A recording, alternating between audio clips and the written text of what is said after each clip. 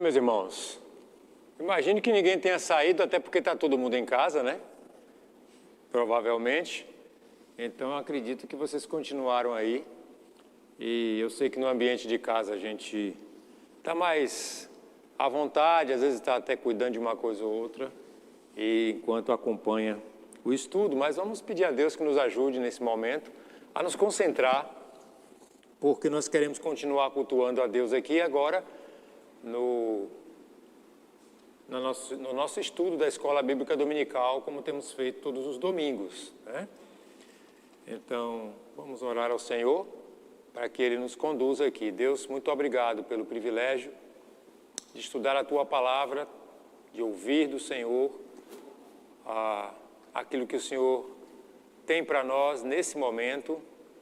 E, portanto, pedimos que o Senhor nos conduza, que o Teu Espírito, ó Pai, haja em nossas vidas, para que haja em nós o querer, para que nossa alma, nossa mente seja como aquela terra preparada para receber a Tua Palavra, para que ela penetre, para que ela frutifique, produza, Pai, para que ela nasça, cresça e produza para a Tua glória e para que o mundo Te conheça e creia, ó Deus, através das nossas vidas.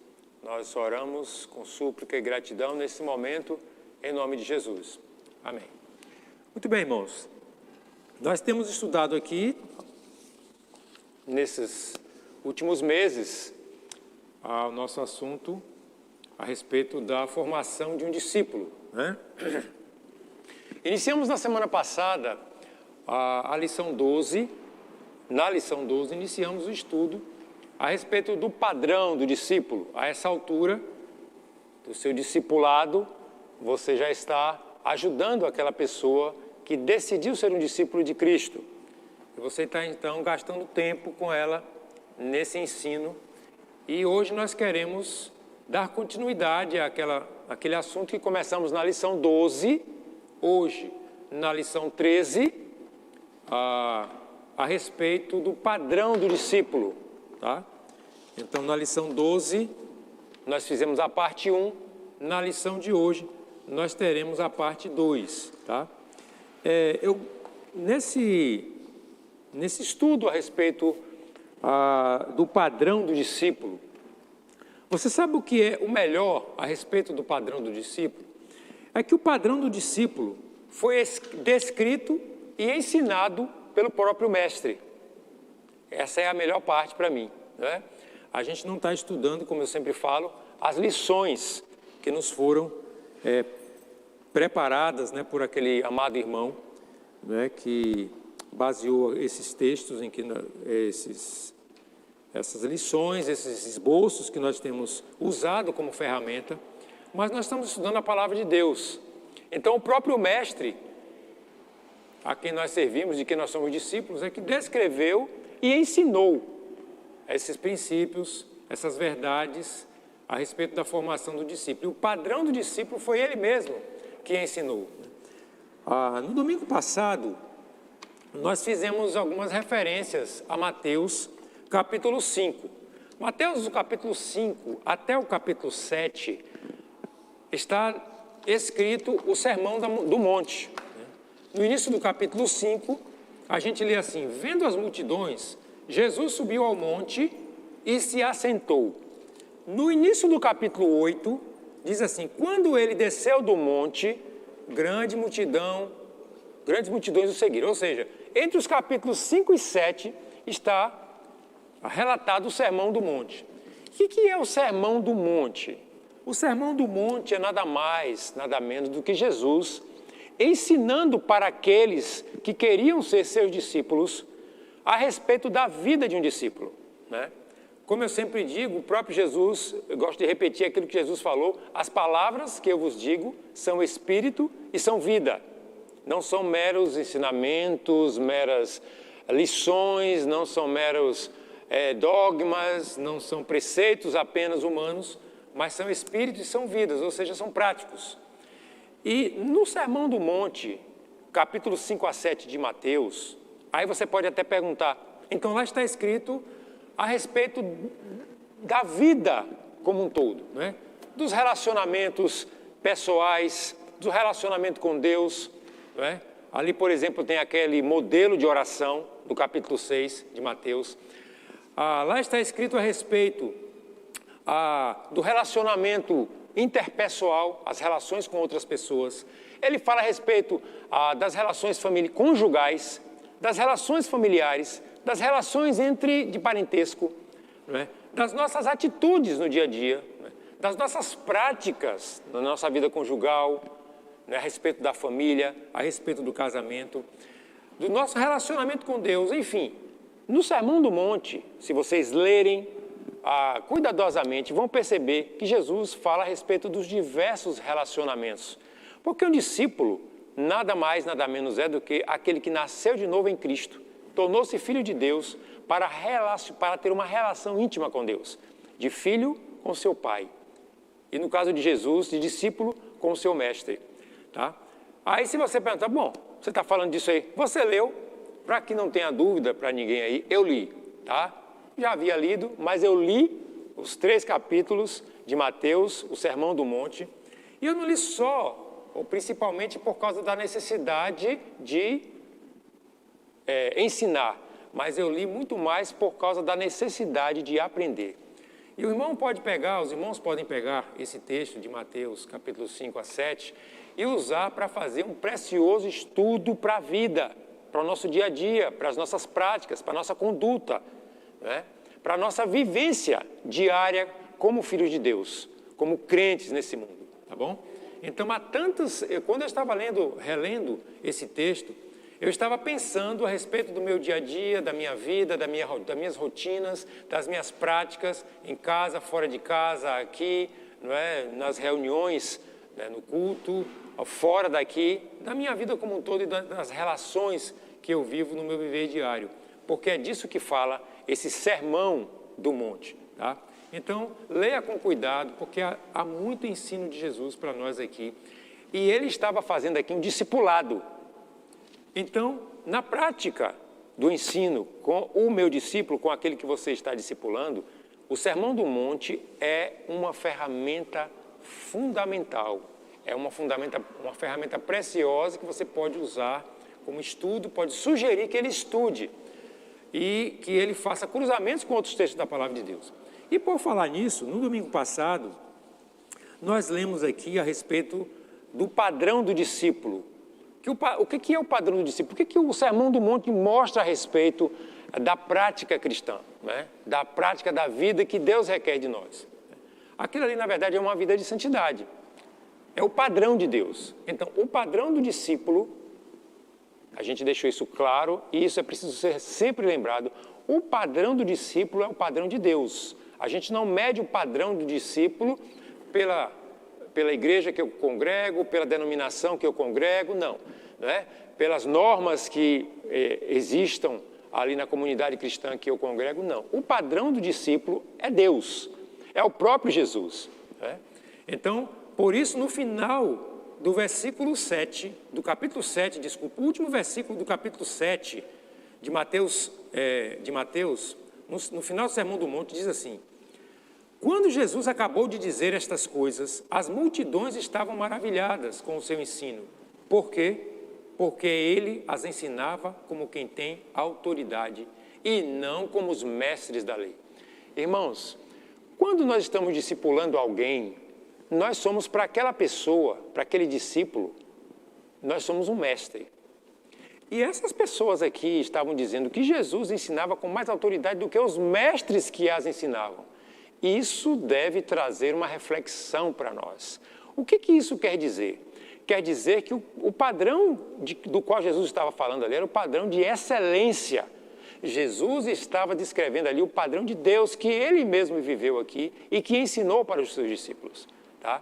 Então isso é preciso estar na nossa mente, porque sem isso a gente não fará um discipulado verdadeiro. Muito bem. Quando nós lemos sobre isso, nós então fomos lá a 1 Timóteo, capítulo 4, né? Os irmãos lembram que na semana passada nós fizemos isso. Por quê? Porque lá em 1 Timóteo, Paulo está falando para um discípulo seu, que era Timóteo. E lá em 1 Timóteo, capítulo 4, quando Paulo está ensinando a Timóteo e dizendo a ele como ensinar aos discípulos aos quais ele discipulava, Paulo disse assim, no início do capítulo 4, o Espírito diz claramente que nos últimos tempos, alguns abandonarão a fé e seguirão espíritos enganadores e doutrinas de demônios. Tá? Aí no versículo 12, versículos 11 e 12, Paulo diz assim para Timóteo, ninguém, a começar do versículo 11, ordene e ensine estas coisas. Ninguém o despreze pelo fato de você ser jovem, mas seja um exemplo para os fiéis, na palavra, no procedimento, no amor, ou na conduta, né? No amor, na fé e na pureza.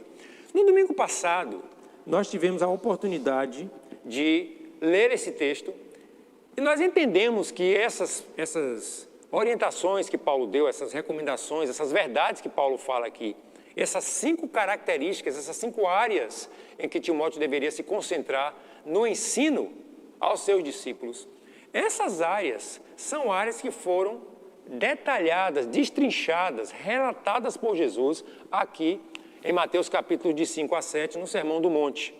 Paulo está replicando e condensando, concentrando, resumindo em 5 áreas aquelas nas quais Jesus falou para os discípulos no Sermão do Monte, quando ele ensinou aos seus discípulos.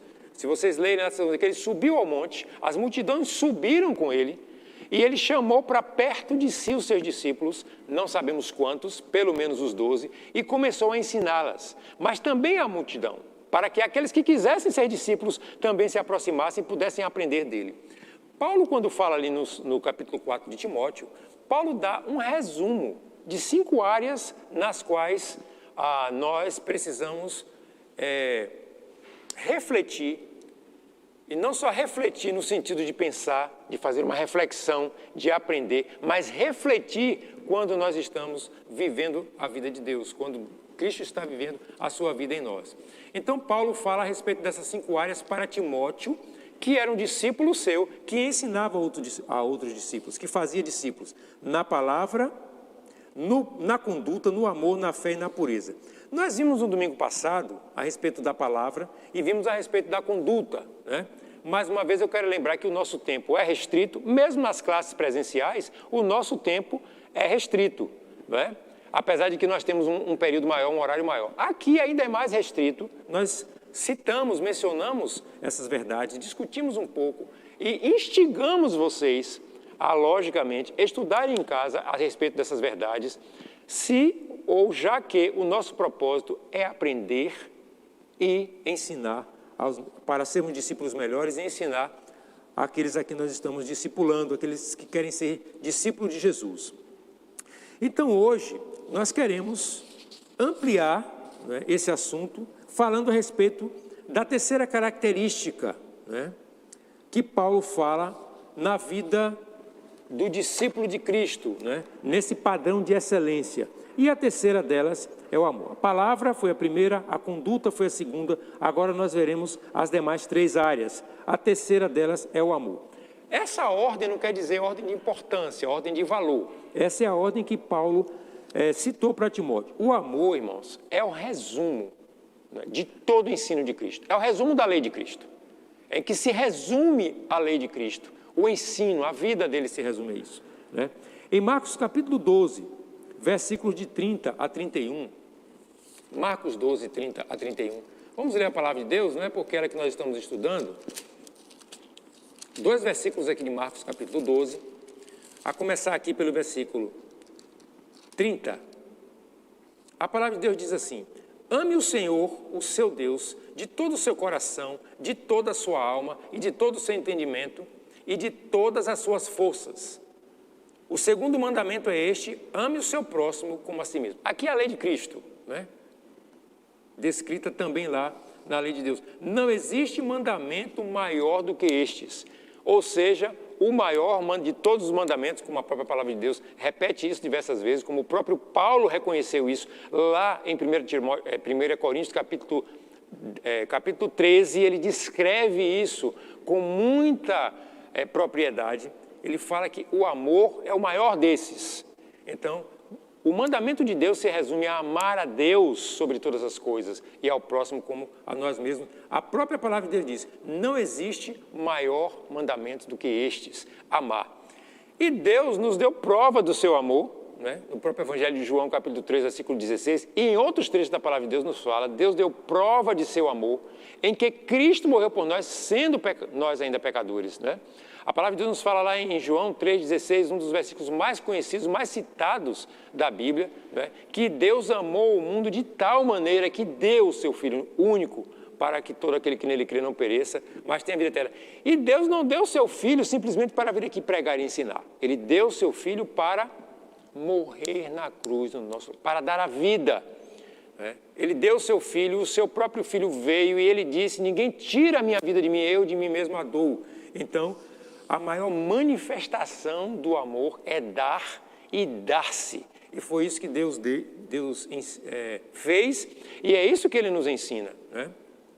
Por isso, o apóstolo Paulo fala aqui a respeito do amor que é citado aqui no texto que nós lemos, né? Então, o amor de Cristo transborda o amor de Deus sobre nós, né?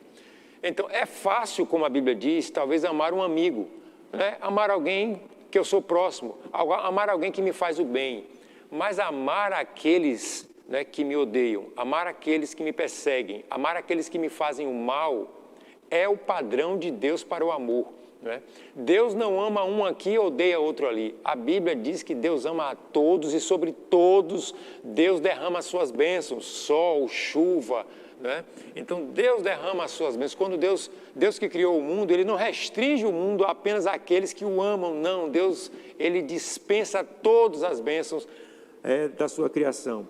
A palavra de Deus nos mostra de forma muito clara e evidente esse amor de Deus. E o ápice do seu amor foi o fato dele ter dado Cristo por nós, sendo nós pecadores, sendo nós inimigos de Deus, né? Não fomos nós que procuramos a Ele, mas Ele que nos procurou primeiro, né? E que se deu por nós na pessoa de Cristo. Lá em Filipenses capítulo 2, fala que Jesus, sendo Deus, se esvaziou do fato de ser Deus, assumiu a forma humana e viveu aqui e assumiu a morte, e não foi qualquer morte, morte de cruz, morte de maldito, morte de condenado, foi amaldiçoado por causa da nossa maldição. Ele se deu por nós e essa é uma prova clara de amor, né? E durante a sua vida aqui, Jesus expressou muitas e muitas vezes esse amor.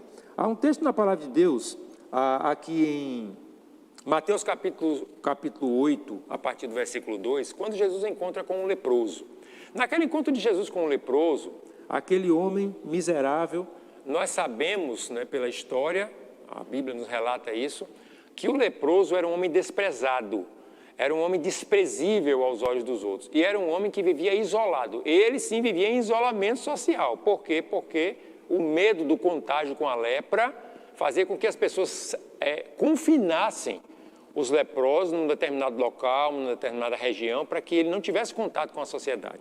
Então, alguém se aproximar de um leproso era algo inimaginável. E a palavra de Deus nos fala aqui, nesse texto de Mateus, capítulo 8, que Jesus não só se aproximou do leproso. A palavra de Deus diz assim,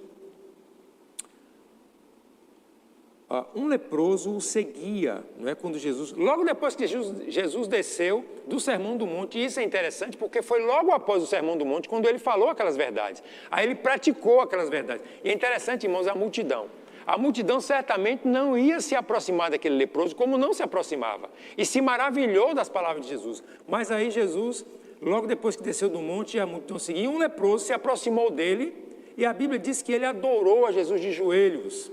E o Senhor, e disse, Senhor, se quiseres, purifica-me. Jesus estendeu a mão, tocou nele e diga, quero, seja purificado. E imediatamente ele foi purificado da lepra. Em seguida Jesus lhe disse, olhe, não conte isso a ninguém, mas vá, mostre ao sacerdote, apresente a oferta que Moisés ordenou, para que sirva de testemunho, tá? Então, a demonstração de fé é sempre testemunho para aqueles que estão vendo. E é interessante, irmãos, que Jesus poderia ter curado aquele leproso, poderia ter olhado para ele e dito, olha, a sua fé te salvou, quero que você seja limpo, seja curado, ele seria limpo e poderia seguir o seu caminho. Mas não, Jesus fez questão de tocar aquele homem. Por que ele fez isso?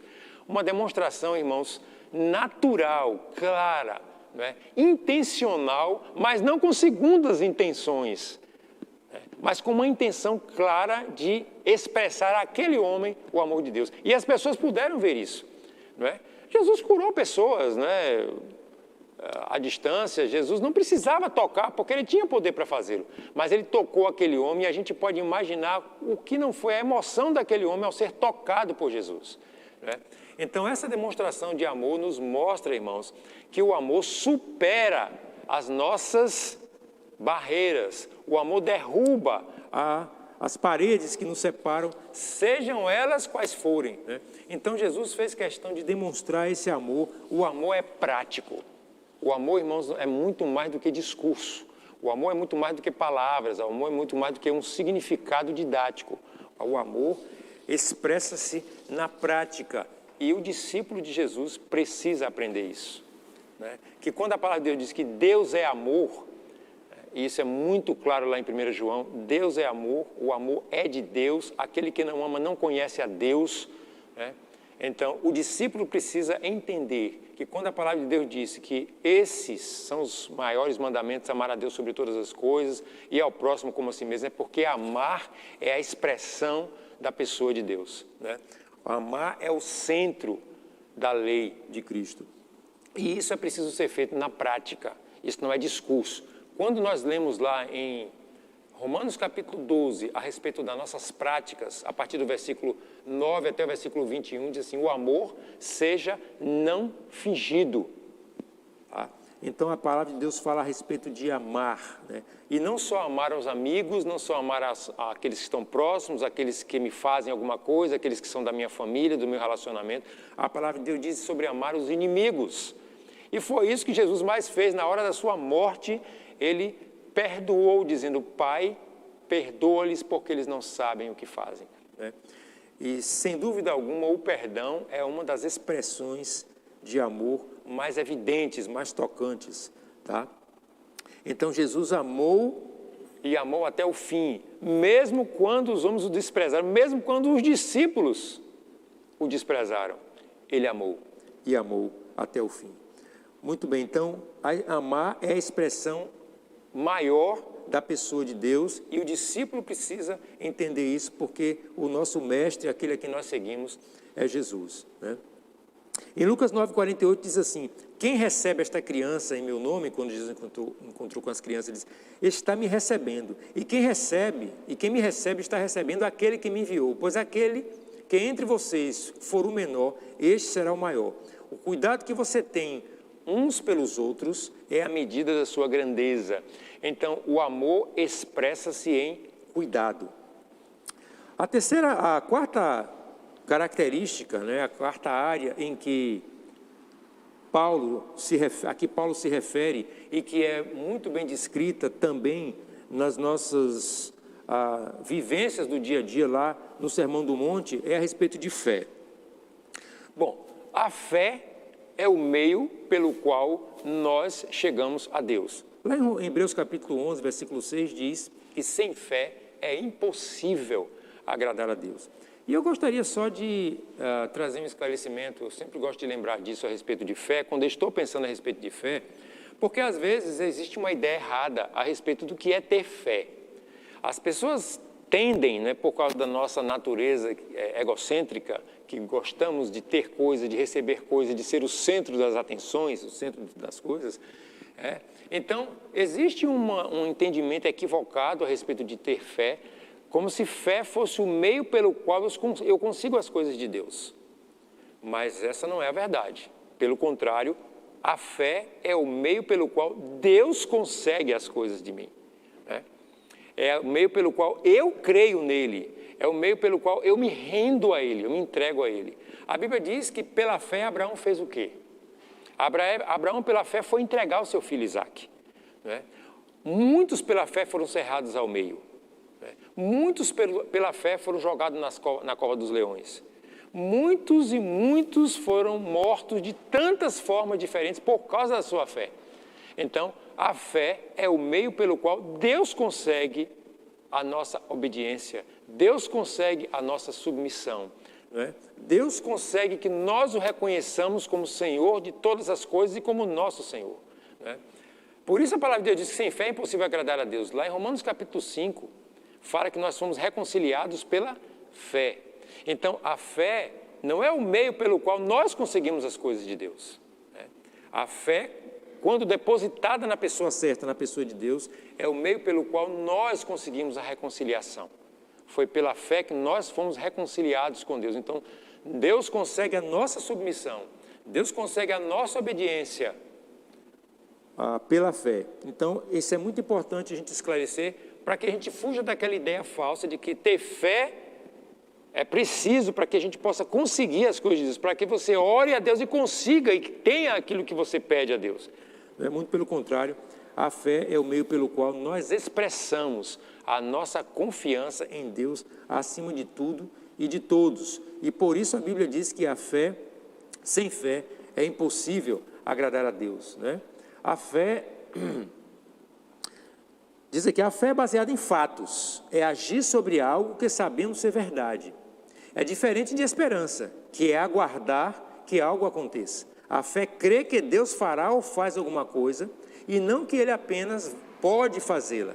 Fé é tomar Deus em sua palavra. Né? Então, quando Deus faz nascer a fé em nós, né? Então nós nos submetemos a Ele porque cremos e confiamos que Ele é o Deus Todo-Poderoso, pode todas as coisas em nossa vida e em todo o universo. Né? A palavra de Deus nos fala que Cristo comissionou discípulos a pregar o Evangelho e a fazer discípulos de todas as nações. Eles podiam ter gastado o resto de sua vida debatendo a respeito da impossibilidade da tarefa. Imagina 11 homens no início, 12 depois e alguns mais depois. Pensar que poderiam cumprir aquela tarefa de alcançar toda a criatura, de alcançar todas as regiões da terra, e vamos pensar nos recursos que aqueles homens tinham. Não os recursos que nós temos hoje, de comunicação, de eu poder estar falando aqui, não ter ninguém presente aqui na minha frente, mas dezenas, centenas, talvez milhares de pessoas podem estar ouvindo a minha voz, podem estar ouvindo a palavra de Deus, não é? Não pensando nos nossos dias, que a gente pode pegar aqui uma condução ali no aeroporto, não é? E algumas horas depois estar em outra parte do mundo, em outro continente até. Não, mas pensando numa época em que eles tinham todas as limitações, muitas das quais nós não temos hoje. Inclusive as perseguições, né? Inclusive as oposições das autoridades. Mas aqueles homens saíram a pregar, e foram pregando e contagiando. E por que essa fé se multiplicou? Porque aqueles homens foram fazendo discípulos. Então estão vendo, irmãos, a necessidade não só de pregar, não só de fazer as pessoas conhecerem a verdade de Deus, mas de realmente atrair discípulos, de realmente fazer discípulos. Para fazer discípulos é preciso ensinar essas verdades, porque a nossa vida de discípulo está baseada nessas verdades, e a fé é um dos pilares da nossa vida como discípulo, porque sem ela nós não podemos agradar a Deus e não podemos entender que nós podemos acreditar em Deus, no seu poder e no poder da sua palavra em nossa vida e na vida daqueles que são alvo. Eu estou pregando aqui, eu tenho fé que a palavra de Deus está chegando até muitas pessoas e está chegando até você. Eu tenho fé que Deus, através da sua palavra, com o seu Espírito, vai agir na sua vida e fazer você entender aquilo que Ele quer que você entenda a respeito da sua palavra. Né? Se eu não tivesse, por que eu estaria aqui? Só se eu confiasse na minha palavra, mas eu não confio nela. Né? Eu confio que Deus está agindo através da sua palavra, porque a palavra é dele, através do seu Espírito, que é o próprio Deus, e está agindo na vida daqueles que estão ouvindo. Quando você está discipulando alguém, quando você está fazendo um discípulo, você está ensinando a ele que ele precisa crer, né? Que Deus existe e que Ele é galardoador daqueles que o buscam, Ele abençoa aqueles que o buscam, Ele cuida, Ele conduz aqueles que o buscam. Então a fé é indispensável, é imprescindível na vida do discípulo, daquele que quer se aproximar de Deus. A última característica que Paulo relata é a pureza.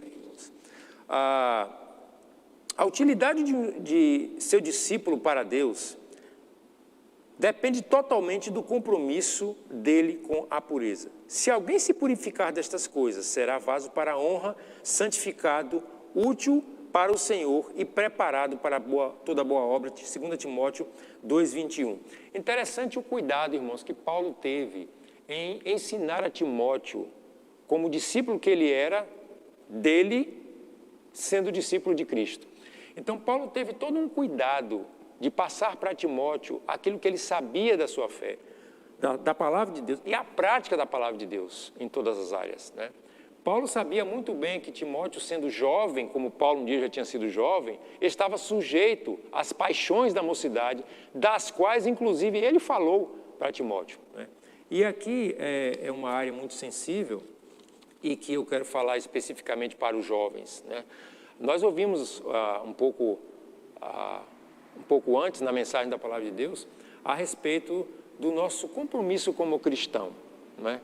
Da nossa prática como cristão, e como é difícil viver numa sociedade corrupta, corrompida, entre as quais nós resplandecemos como astro no mundo, como fala a Palavra de Deus. Paulo sabia disso na vida de Timóteo. Timóteo era um jovem, era um homem crente, desde pequeno foi ensinado na Palavra de Deus pela sua avó, pela sua mãe. E quando Paulo encontrou a Timóteo, Paulo viu ali uma pessoa que tinha o desejo de ser discípulo de Cristo. E Paulo se dedicou na formação desse discípulo, né? E ele falou a Timóteo, olha, ninguém despreze a você por você ser jovem. Paulo falou muito para Timóteo, se os irmãos lerem as 2 cartas de Paulo a Timóteo, vocês vão ver que ele descreve muitas questões de relacionamento, de atitude, de procedimento, das quais Timóteo devia ter cuidado a respeito da palavra, a respeito de conversações que corrompem, palavras que corrompem, ideias que corrompem, e que corromperam, e que desviaram pessoas que se meteram com essas situações. Irmãos, nós vivemos numa sociedade corrompida, a palavra de Deus fala isso. O mundo jaz no maligno, né? A palavra de Deus diz que as más conversas corrompem os bons costumes, né? Isso está lá em 1 Coríntios capítulo 15. E Paulo falou muito a respeito disso para Timóteo, do cuidado que ele deveria ter com a sã doutrina, com a doutrina sã, sadia, saudável, santa, né? Separada da corrupção do mundo, porque o mundo jaz no maligno, né? Aquela mesma tentação que foi feita lá com aquele primeiro casal, com Adão, com Eva, né? Dos olhos, de querer, de poder, né? De possuir. Essa mesma tentação corre na nossa carne, né? Na nossa natureza humana, na nossa natureza carnal. E a palavra de Deus diz que o mundo vai de mal a pior. E a palavra de Deus diz que o mundo jaz no maligno, não sou eu quem digo. Não é a igreja, não é a religião que diz, é Deus que diz na sua palavra. O mundo jaz no maligno, já era assim antes, né? A cidade de Corinto, que era uma cidade cosmopolita, né? Como foi ensinado mais cedo um pouco pelo pastor, era uma cidade de muita corrupção. Justamente por isso havia tanta diversidade de deuses pagãos ali, né? Que cada um poderia escolher o seu ou os seus deuses. E é interessante que um dia Paulo chegou naquela cidade e ele não foi criticar aqueles deuses. O que ele fez? Havia lá um altar ao Deus desconhecido. E Paulo se colocou naquele altar ali. Talvez um de nós não se colocaria naquele altar, porque ele disse, não, eu vou ser mais um, eu vou pregar mais um Deus aqui. Mas Paulo se colocou ali para que aquele povo fosse chamado a atenção, para mostrar que havia uma vida diferente, um Deus verdadeiro, que não precisava, né, de imagem, que não precisava de representação física, mas que é real, e que transforma, e que está chamando as pessoas para si, e que podia dar a eles muito mais do que aquilo que eles achavam que estavam encontrando naqueles outros deuses. Até mesmo os prazeres, ele podia dar um prazer muito maior, que não dependia das circunstâncias, né? Paulo era um homem que sofreu muita perseguição. Muitos homens foram mortos, cerrados ao meio, crucificados por causa de Jesus. Mas aqueles homens tiveram prazer na sua vida de servir a Deus, porque serviam ao Deus verdadeiro. Então Paulo se colocou ali naquele altar, que talvez eu não me colocaria. E ele assumiu ali aquele lugar para dizer, esse Deus que vocês não conhecem, é esse que vocês precisam conhecer. Então é desse Deus que Paulo falou para o seu discípulo Timóteo, né? E a vida de pureza é nada mais, nada menos do que a vida que contraria aquela vida que jaz no mundo, que o mundo nos apresenta, que o sistema do mundo nos apresenta. Então eu poderia passar aqui horas e horas, dias, falando para os irmãos de atitude, de procedimentos, de situações em que a gente pode se meter, em que a gente pode se envolver, que não correspondem com a vida de discípulo de Cristo. Mas eu prefiro falar do fato que nós estamos já no meio dessas situações, porque nós não somos do mundo, mas estamos no mundo. Jesus, falando orando a Deus pelos seus discípulos, disse: Pai, eu não os rogo pelos seus discípulos. Nós precisamos orar pelos nossos discípulos assim: Pai, eu não rogo que os tire do mundo, mas que os livre do mal. O nosso caminhar como discípulo de Cristo, o caminhar do discípulo que nós ensinamos, não é que ele saia do mundo. Isso é impossível enquanto estivermos vivos aqui. Deus quer que nós continuemos no mundo, mas lembrando que nós não somos do mundo. Somos como astros numa sociedade, num mundo corrompido e perverso. Então, como discípulos de Cristo, irmãos, a pureza precisa não só nos acompanhar, a pureza precisa ser perseguida por nós. Porque nós somos homens, somos carne. A carne luta contra o espírito e o espírito contra a carne. Sempre haverá esse combate, todos os dias, em todos os lugares, em todas as situações. Hoje, na pandemia, né, nesse isolamento, nós temos visto isso. Em tantas áreas, em todas as áreas, nós podemos, até dentro do corpo da igreja, nós somos chamados a ser puros nos nossos pensamentos. Por isso a palavra de Deus diz que o próprio Jesus fala, né, lá no Sermão do Monte, aquele que mora... Você viu o que a lei de Moisés diz? Que quem adulterar, quando for pego no adultério, deve ser morto. Eu lhes digo que aquele que olhar para uma mulher com intenção impura, já adulterou com ela. Imagina, esse é o padrão de Deus, irmãos. É o padrão de excelência. Mas eu não posso cumprir isso. Mas Deus pode, por isso que é a vida dele em mim. Por isso que é um processo de santificação. E a pureza, isso quer dizer que eu vou sendo cada vez mais limpo pela palavra, lavado pela palavra. Né? A pureza deve ser perseguida cada dia nas nossas atitudes, mesmo quando eu estou só, aquilo que eu vejo, aquilo que eu ouço, aquilo que eu falo. Né? Na palavra, deve ser até a minha fé, irmãos. Fé não fingida. O meu amor não fingido. É possível fingir amor. É possível fingir fé. E sabe de uma coisa, irmãos? Isso é o que mais nós somos peritos em si. Nós somos peritos em fingir, nós somos peritos em pecar, porque a carne está aqui, a natureza humana está aqui. Por isso a Bíblia diz: dai lugar ao Espírito. Essa é a vida de discípulo. A vida do discípulo, essas características do discípulo na palavra, na conduta, no amor, na fé e na pureza, é nada mais, nada menos do que todos os dias dar lugar a Deus. E o que é dar lugar a Deus? A ação do Espírito, a ação da palavra. Para isso eu preciso me alimentar da palavra, eu preciso estudar a palavra todos os dias, para que essa ação de Deus produza essas características em mim. E eu preciso passar isso para o meu discípulo, né? Porque essa é a vida de Deus. A vida de Deus é a vida de excelência. O padrão de Deus é alto. O prumo de Deus é esse. E é no prumo de Deus que nós devemos viver. É possível? É. Senão Ele não nos teria chamado a isso, né? Então a palavra de esperança é a mesma de fé. É confiança, é dependência, mas é uma busca constante. Por isso Paulo recomendou a Timóteo. E eu quero concluir aqui esse nosso tempo de hoje, né, com essa palavra que Paulo recomendou a Timóteo. Né? Ninguém despreze a você por ser jovem, tá? Mas, deixa eu achar o versículo para ler exatamente como está aqui, né? Ninguém despreze a você por ser jovem. Seja um exemplo para os fiéis na palavra, na conduta ou no procedimento, no amor, na fé e na pureza. Essa é a vida de discípulo, irmãos. Nós seguimos o exemplo de Cristo e ensinamos esse exemplo ao nosso discípulo e somos exemplo para ele, né? Ele precisa de um norte. O norte é esse aqui, a direção é essa que a palavra de Deus nos oferece. Deus nos abençoe nessa tarefa de ajudar pessoas que querem ser discípulos de Jesus nessa caminhada que a palavra de Deus nos ensina. Amém.